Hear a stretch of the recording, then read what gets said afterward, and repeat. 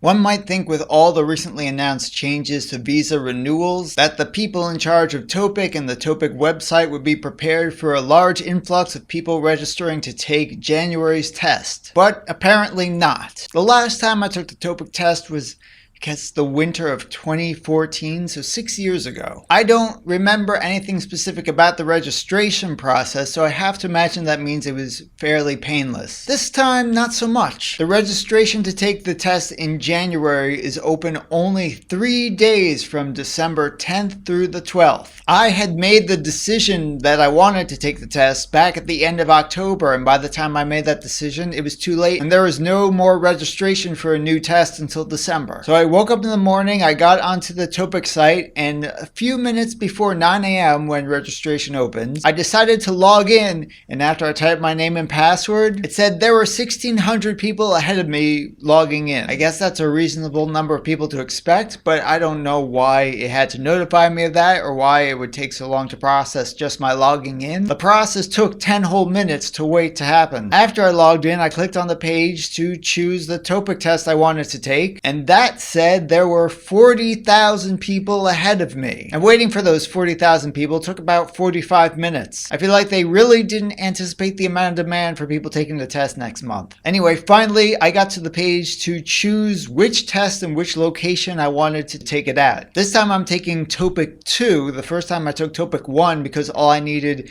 as a requirement to get my visa was to pass Level 2, which is TOPIK 1. TOPIK 1 is levels 1 and 2. TOPIK 2 comprises levels 3, 4, 5, and 6 depending on the score you get. My goal is to get either level 3 or 4. I guess the test is given at universities, and there are a long list of universities in Seoul to take the test at and a long list of universities outside of Seoul to take the test at. I'm not really familiar with the location of a lot of universities. I was originally an exchange student at Yonsei, so I know the universities in that area and I know some others, but I don't really go around to university campuses. But thankfully there was one at Kode, but not like Koreode, but like the Korea University of Education, which is one stop down next to Gangnam. And thankfully, at the time when I registered, I guess there were a total of 250 seats at that location and I got in. However, then it said I have to pay online. I tried 3 separate times to pay online and it declined my payment each time. I was at work at the time, so I thought, okay, I'll take care of this when I get home.